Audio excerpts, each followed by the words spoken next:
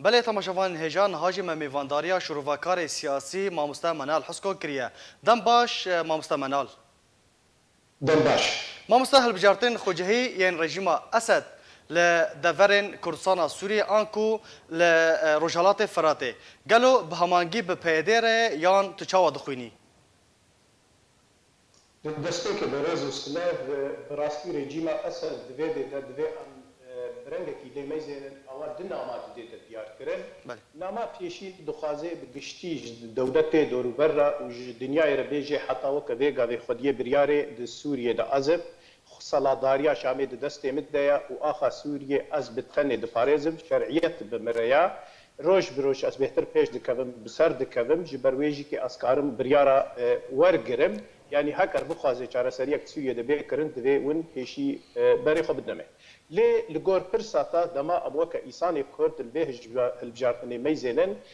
جبر برینها ادارات ذاتی پیاده پر جاراگوتیا یعنی چج اداره خسریا ام بیژن شمال سوریه یعنی که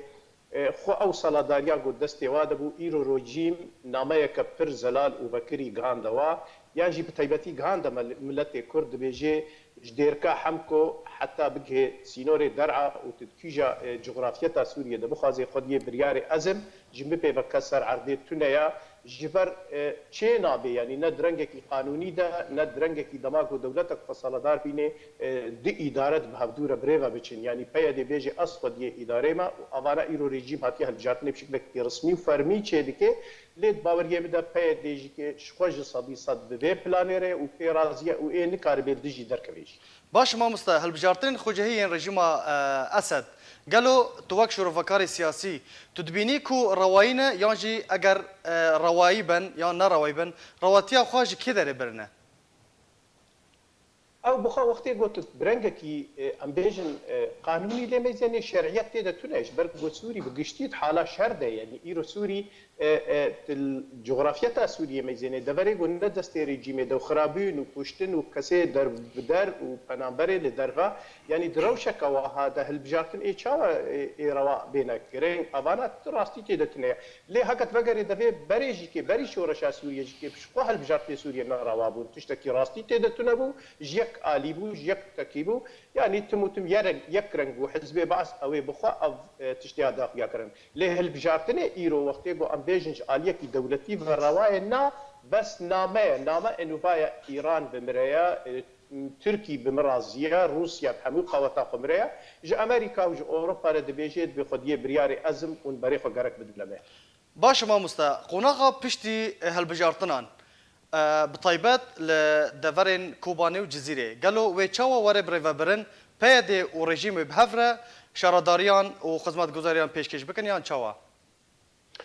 دما ام بخوازن في برسي بهتر زلال بكن جرك عمل حفظ صالي شوي ميزن بيتشاوا بترول وسميان دبري كردي دهات نفروتن ودچولا ريجيمي ريجيمي جيكي بري كارمندا وكسانه دبري قامش لو دير كبتر بس بيو سريك اني وعمودي وحسچا وكوباني وعفرين ده بغشتي اويد دا يعني خندوان فتبا الحميد ديت اخيا كرن وبيدي او قنديل او جروبا جو آوا کربو او جروبانا دبرجوندی رژیم دبو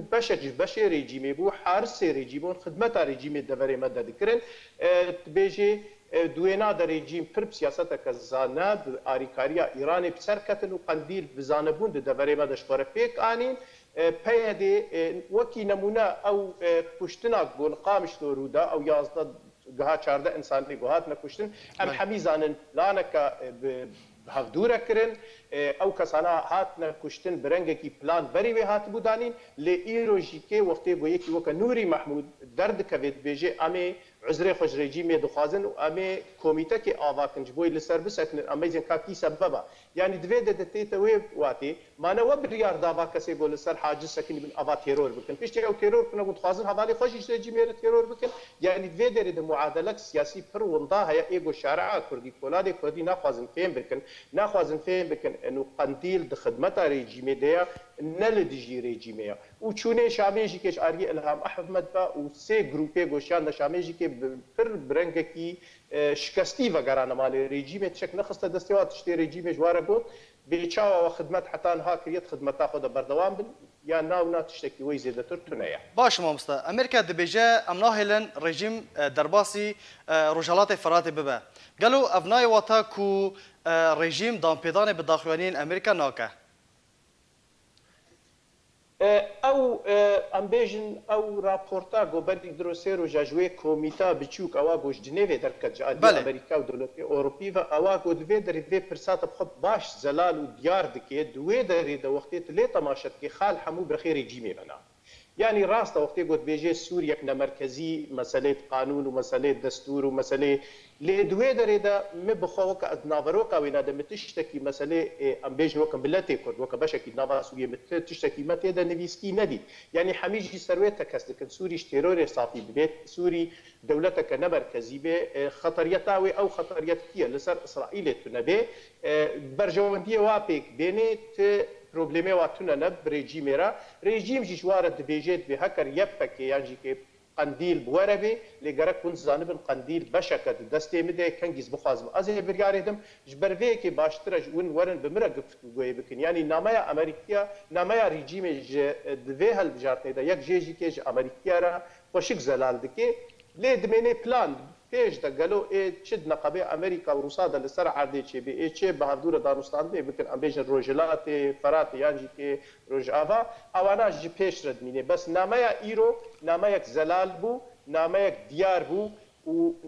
نوری محمود خوشی گوت گو جهت هند خوازن نقابه اما رژیم دا خرابی نه بکن سروی کشتنا قامشلو او کس معناته تهمت خیس کرا امریکا دا یعنی که رژیم رد بيجي از دوسته و ما از نب امریکا و ما امریکا جی اولست خوشک فهم کریا راستیه دزانن لیبر جوندی حتی وک به ساعتی اچاوا چارسری بین او یا نزل له هنکی و اف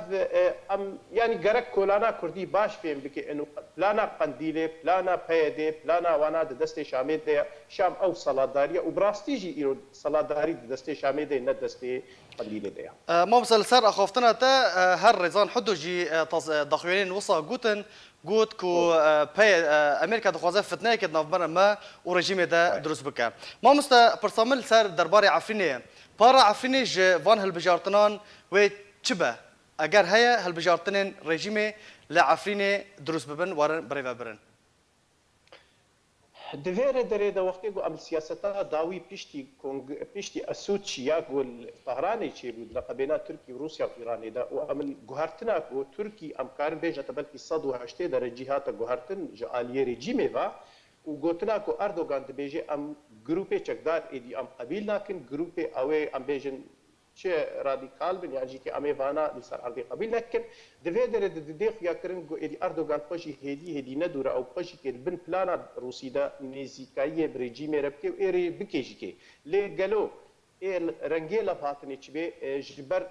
حتی گو ادلب زلال نبی پروبلما ادل بیچاره سر نبی امن کار عفرین دبیجن اب چرنگی زلال بنای او به جبر ندورت مسئله ادل بیدا دوی داری دا وقت بید کرین و فروتن چه بید نقابات ترکی و رژیمه كرين فروتن نوفبرا كيو كذا ما مستا و رادستي رژیمه بكن واتايا كو اخافتنا ادلب دوی داری دا دمینه الگور دا خوازا پیشیا گو ترکی تموتم لسر ویسکن یک گوتیا وقتی گو لسر سینوری من مسئله کردی تونه بی سینوریم پاراستی به یعنی جده حتی 20 کیلومتر ام بیجن او عرضه به عرضه گوکب عربی بیجن یعنی دورا گوته دا گروپ سروی سینوری پیدا نبن خطریت سرخاقه ترکیه نبه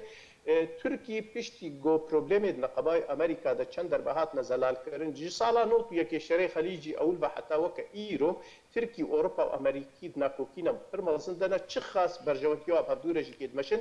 لی جالیه دی ترکیه و جی ترک خوشک دزانن گو دیروکی دواره دیروکی دا اوروس ناک نهفدو ترک ای قبول بکه گو جريجي ميرا جروسارا جبيكي سري خبطة ويني بس جبوي خاطري گو خطريات لسر سينوري ويت نبي وكي دي تركيز باور ناكم گو تركي حكر چه خاست خوازي گو دوري كردي بن كنترولاوي دا بجعفريني بقرا حتى برخيمة لي او بلانا اي نور سهل بي او بلانا دوي لفهاتنا كامريكي وروسا لسروي هبي نلفهاتنا تركا وريجيمي هكا ترك وريجيم بن باور كي زو لفدو بكن بيتشاوا عبد الله اوجلان دويرنج دنوتو هشتي هذا درخ دنوتو